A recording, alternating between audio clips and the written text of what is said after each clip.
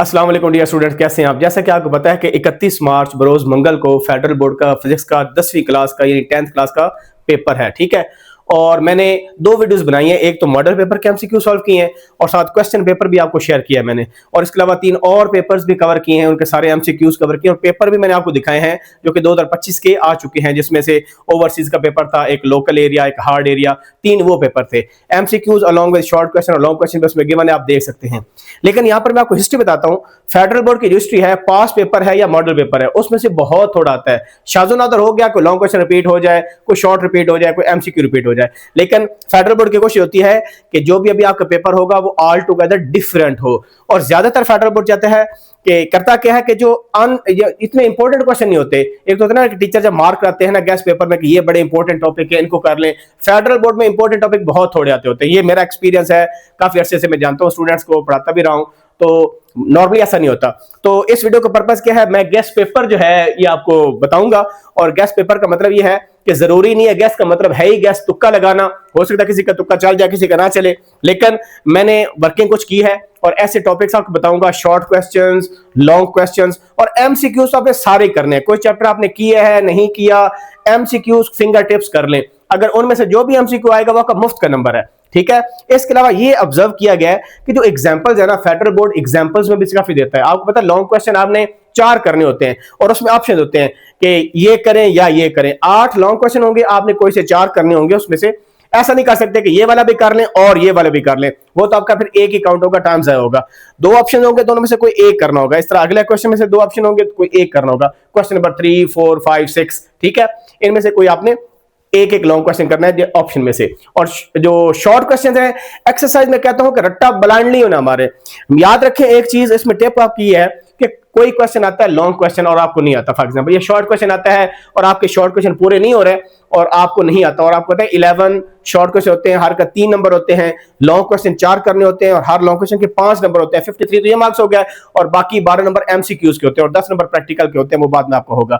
अब मैं ये कहना चाह रहा था कि अगर ब्लाइंडली रट्टा मारेंगे, लेट्स से स्नेल्स लॉ पूछते हैं कि स्नेल्स लॉ की डेफिनेशन क्या है, उसकी मैथमेटिकल इक्वेशन क्या है और आपको कुछ नहीं पता, तो बस ये रिफ्रैक्शन के रिलेटेड है। आप बोले कि रिफ्रैक्शन के रिलेटेड जो लॉज होते हैं उनको स्नेल्स लॉ कहते हैं, और एक मीडियम से लाइट इंटर होती है दूसरे मीडियम में, ठीक है। तो जरा एक एंगल से इंटर होगी, फिर वो टर्न होगी, तो एक का रिफ्रैक्टिव इंडेक्स n1 है, दूसरे का n2, तो n1 sin theta 1 is equal to n2 sin। इस तरह थोड़ा बहुत भी लिख लेंगे ना, बेशक डिट्टो रट्टा ना मारा हुआ लिखेंगे, कुछ ना कुछ लिख के आए। तो मेरा आपको ये कहना है कि ब्लैंक छोड़ेंगे तो 0 नंबर मिलेगा, कुछ ना कुछ लिख के आएंगे तो नंबर आपको मिलेंगे। लोग कहते हैं टिप क्या, टिप यही है कि कुछ ना कुछ लिख के आओ, आप पास हो जाओगे। अब इसमें मल्टीपल स्टूडेंट्स हैं, कुछ स्टूडेंट बड़े लाइक होते हैं, वो सारा सिलेबस करते हैं, सारी एक्सरसाइज करते हैं, कंसेप्चुअल स्टडी करते हैं और बुक के अंदर से भी पढ़ते हैं। अब मेजोरिटी ऑफ स्टूडेंट ऐसे नहीं है, और आपको पता है 12, 14, 15 चैप्टर उन्होंने बना दिया। चैप्टर नंबर 10 से स्टार्ट करके चैप्टर नंबर 21 तक आप देखिए 12-13 चैप्टर्स बनते हैं, ठीक है। तो सिलेबस बहुत ज्यादा था, स्टूडेंट सारे पढ़ते भी नहीं है।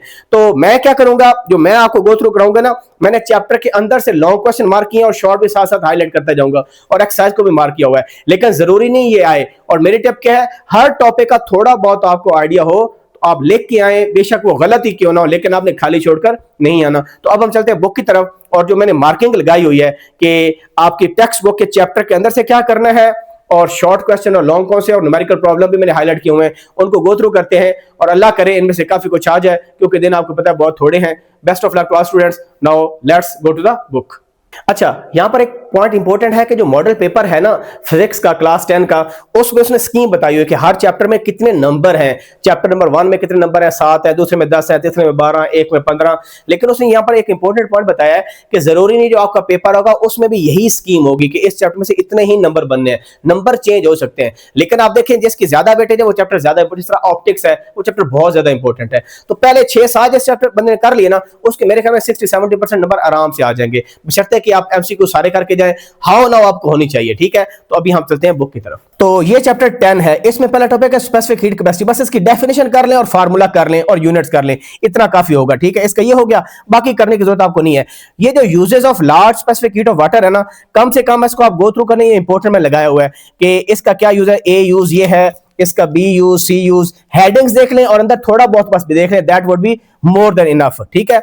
आगे इसको आप स्किप कर लें, और जब इसको स्किप करेंगे आगे चलते हैं। एग्जांपल को देख लीजिएगा यार, मैंने पहले आपको बताया। अब ट्रांसफर हीट है ना, ट्रांसफर ऑफ हीट के अंदर कन्वेक्शन बहुत इंपॉर्टेंट है। तो कन्वेक्शन के रिलेटेड जितनी चीजें आपके पास हैं वो आप उसको लाजमी देख के जाइएगा, ठीक है, कि कन्वेक्शन एंड मेरीन लाइफ क्या होती है, इसके अलावा distribution of heat, distribution of oxygen, ये सारी चीजें आप कन्वेक्शन के अंदर, ये बड़ा इंपॉर्टेंट होता है। Land breeze and sea breeze, इसका क्वेश्चन आता होता है, ये कन्वेक्शन के अंदर आ रहा है, या थर्मल एंड बर्ड्स फ्लाइट, ये सी है और डी है, ये इंपॉर्टेंट है। तो convection important long question perspective से है, इसको आपने लाजमी करके जाना है। इसमें मैंने और क्या शामिल किया है, और ऐसा कुछ नहीं किया। एप्लीकेशंस हैं, इस एप्लीकेशंस में आई डोंट थिंक सो कि आप कुछ करें, इसको स्किप कर दें। हाँ, कन्वेक्शन के रिलेटेड आप कर सकते हैं कि जो रूम जो हीट होते हैं बाय कन्वेक्शन, इसको आप कर लीजिएगा, ठीक है। Convection is very very important. आगे greenhouse effect and global warming, क्योंकि आपको पता है ना ईरान की जंग छुड़ी हुई है, तो बमबारी हो रही है, और उसके अलावा भी आजकल जो फ्यूल की वजह से धुआं होता है, तो ग्रीन हाउस वाला ये ग्लोबल काफी इंपैक्ट है, ये इंपॉर्टेंट है। तो इसको आप रीड कर लें, थोड़ा बहुत देख लें कि क्या क्या चीजें हैं और किससे इफेक्ट होती है ग्रीन हाउस। ह्यूरिकेन्स हैं, रेनफॉल है, ड्राउट्स हैं, वाइल्ड फायर्स हैं, तो इसको आप देख लीजिएगा लाजमी, ठीक है जी। तो इसमें बस मैंने इतना ही किया है चैप्टर नंबर 10 में। अब अगर एक्सरसाइज में से आप आए तो एमसीक्यूज तो मस्ट है, वो तो आपने करने ही करने हैं। ये कंस्ट्रक्टेड रिस्पांस क्वेश्चन, इनको मारे गोली, इनको छोड़ दें। और ये शॉर्ट क्वेश्चन कुछ वैसे मैंने हिफ्ज़ मा तकद्दम के लिए हाईलाइट किया, दूसरा, तीसरा, चौथा, पांचवा, छठा, बाकी आप स्किप कर दें। और लॉन्ग क्वेश्चन अलग से लिखा हुआ है, देखिए इसमें भी कन्वेक्शन वाला लॉन्ग क्वेश्चन है, और ये क्या है, ग्रीन हाउस इफेक्ट वाला। यानी जो वहां पर मार्क किया वो मैंने यहां पर मार्क कर दिया है, और एहतियातन 3 न्यूमेरिकल भी मैंने डाल दिए। और आपको पता है फेडरल बोर्ड आके आपको फार्मूला भी देता है, तो हो सकता है इसके फार्मूले गिवन हो, और ये आपका चैप्टर 10 कंप्लीट हो गया। जो चैप्टर 11 है ना, ये ऑलरेडी पेपर में आ चुका है, काइनेटिक वगैरह मैंने हाईलाइट इसको नहीं किया। थर्मल एक्सपेंशन जो है ना, सॉलिड्स की है, लिक्विड्स की है, और मैंने जो है ना लिक्विड्स की थर्मल एक्सपेंशन लिखा हुआ है। सॉलिड्स में वैसे ये रिलेशन काफी इंपॉर्टेंट होता है, जो ये वाला ना बीटा इक्वल 3 अल्फा, यहां से उसने डिराइव वगैरह किया हुआ है, ये आप देख लीजिएगा, और मेरे ख्याल में काफी इंपॉर्टेंट है, लेकिन ऑलरेडी आ चुका है एग्जाम में, इस वजह से मैंने इसको हाईलाइट नहीं किया। लेकिन बहरहाल आप इसको गो थ्रू कर लें, लेकिन लॉन्ग क्वेश्चन वाइज इसको आप तैयार कर लीजिएगा। रियल एक्सपेंशन और अपेरेंट वॉल्यूम एक्सपेंशन क्या होती है, ठीक है, ये मैंने हाईलाइट किया है, इसके जो फार्मूले वगैरह हैं, और ये सारी चीजें आप देख लीजिएगा, ठीक है। उसके अलावा जिसकी एप्लीकेशन, इसको स्किप कर दें आप। और इसके बाद आप आ जाएं इवेपोरेशन, ये भी मैंने छोड़ दिया।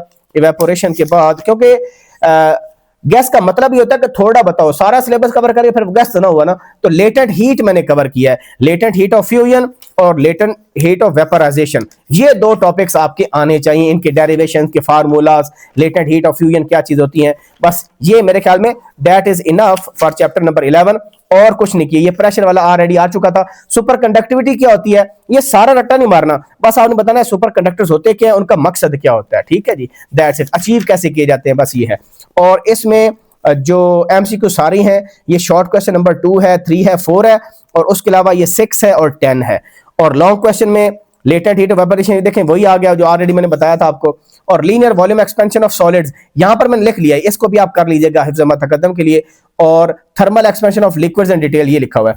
और न्यूमेरिकल कौन कौन से हैं जी, न्यूमेरिकल नंबर ये पहला भी है, ये भी कर लीजिएगा, दूसरा, तीसरा, और ये 5वें वाला। लेकिन इसमें जो सब इंपॉर्टेंट है ना, ये जो दूसरे वाला है ना, ये काफी इंपॉर्टेंट है। चैप्टर नंबर 12 वेव्स का इंपॉर्टेंट चैप्टर है। इसमें मैंने क्या हाईलाइट किया है, कैरेक्टरिस्टिक्स वेव्स की, वेव लेंथ होती है, वेव फ्रंट होते हैं, ये सारी कैरेक्टरिस्टिक्स आपको आनी चाहिए, इनकी डेफिनेशन, इनका काम क्या होता है, ठीक है। और उसके अलावा types of waves on the basis of propagation, ये ट्रांसफर वेव्स जो होती हैं ये क्या होती हैं, उसके अलावा उनकी भी आगे टाइप्स बताई हुई है, लॉन्गिट्यूडनल वेव्स होती हैं, ठीक है, तो ये कर लीजिएगा। फिर वेव कैरेक्टरिस्टिक्स पर मैंने लगाया हुआ, ये भी इंपॉर्टेंट है, वेव साइकिल और ये सारी चीजें, फ्रीक्वेंसी, स्पीड वगैरह, ये भी इंपॉर्टेंट है। ये फार्मूला ड्राइव करना आपको आना चाहिए, v = f लैम्डा, उसने यहाँ पर बताया हुआ है, ये कर लीजिएगा। और उसके साथ साथ ये मैं नहीं कर रहा, ये ऑलरेडी एग्जाम में आ चुका है, और ये रेपिटेशन इसकी नहीं होगी। इसके अलावा शॉर्ट क्वेश्चन में नंबर 3, 4 एंड 6 लिखे हैं मैंने, और लॉन्ग क्वेश्चन में एज सच पता नहीं मैंने कोई लगाया कि नहीं, तो 3 लॉन्ग क्वेश्चन है। की कैरेक्टरिस्टिक ऑलरेडी बता चुका हूँ, relationship between speed, frequency, wavelength, और ये प्राइमरी और सेकेंडरी सिग्नल वेव क्या होती हैं, बस ये, ठीक है। और ये रिपल टैंक वाला आई डोंट थिंक सो ये आएगा, इंपॉर्टेंट है, ये एंड वाला कर लीजिएगा, ये चौथा और 5वां। साउंड चैप्टर नंबर 13 में अगर हम आए तो मैंने इसमें क्या हाईलाइट किया हुआ है जी, ये बेसिकली वही चीजें हैं जो कि रिलेटेड टर्म्स हैं साउंड के, वेव लेंथ, जिस तरह पीछे हमने पढ़ा उसी तरह की हैं। उसमें वेव्स थी सिंपल, ठीक है, वाटर वेव्स वगैरह, और इसमें साउंड वेव्स के साथ ये सारी चीजें उस लिखी हुई हैं।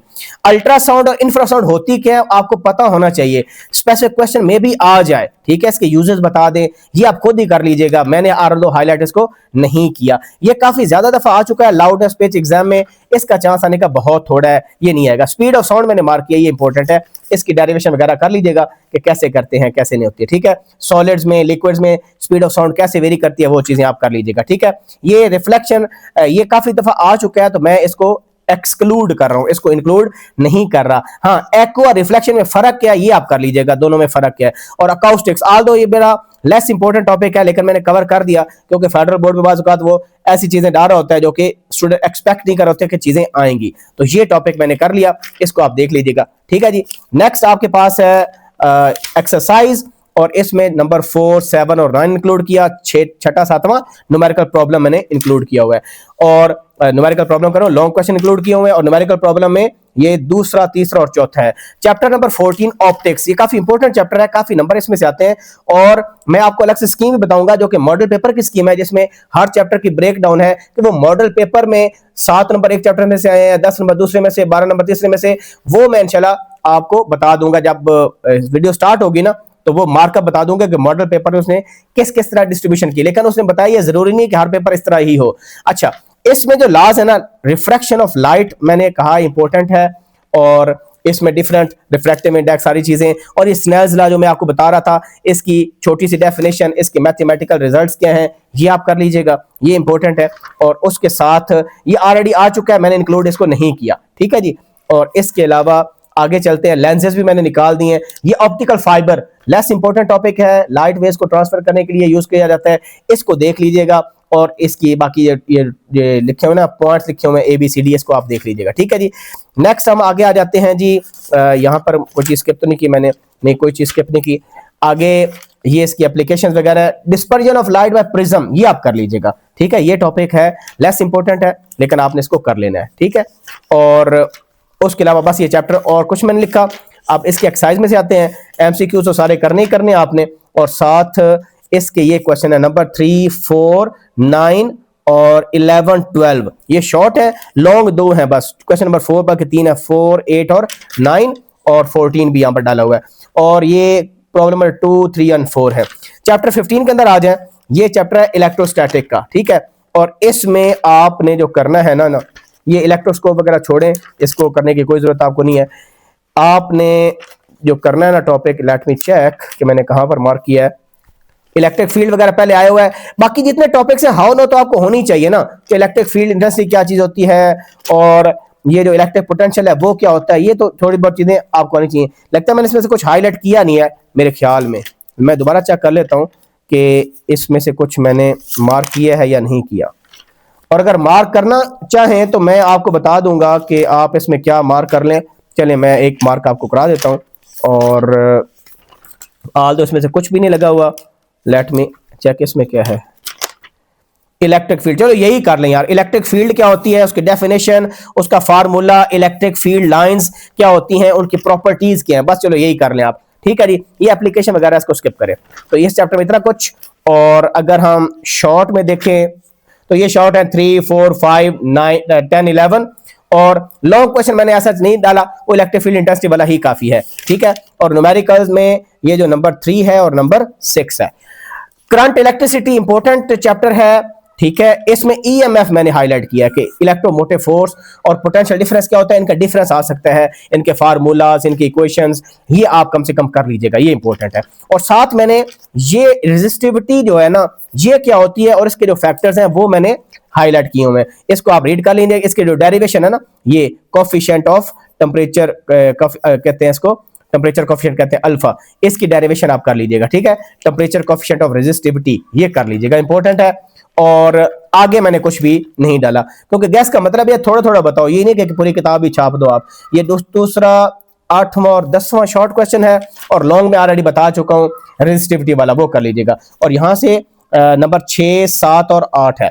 इलेक्ट्रिक सर्किट्स आ गया जी चैप्टर, और ये भी इंपॉर्टेंट है। ये सिंबल्स वगैरह MCQ के अंदर में भी कहीं ना कहीं पूछ ली जाए कि भाई बताएं ये किसकी सिंबल है, एमीटर की है, ये सिंबल किसकी है, ट्रांसफार्मर की है, इसमें से MCQ आ सकता है आपका, ठीक है। और नेक्स्ट मैंने क्या हाईलाइट किया है, हाँ ये जो सीरीज में रेजिस्टर्स है ना, इनका इक्विवेलेंट निकालना बड़ा आसान है, ये आपको डेरिवेशन इसकी आनी चाहिए क्योंकि पैरेलल की ऑलरेडी आ चुकी है। और इसमें बाद न्यूमेरिकल प्रॉब्लम भी आ जाता है कि रेजिस्टर सीरीज में गिवन है, आपने इक्विवेलेंट निकालनी है, करंट फाइंड करना है, वोल्टेज निकालनी है अक्रॉस ईच रजिस्टर, ये इंपॉर्टेंट है।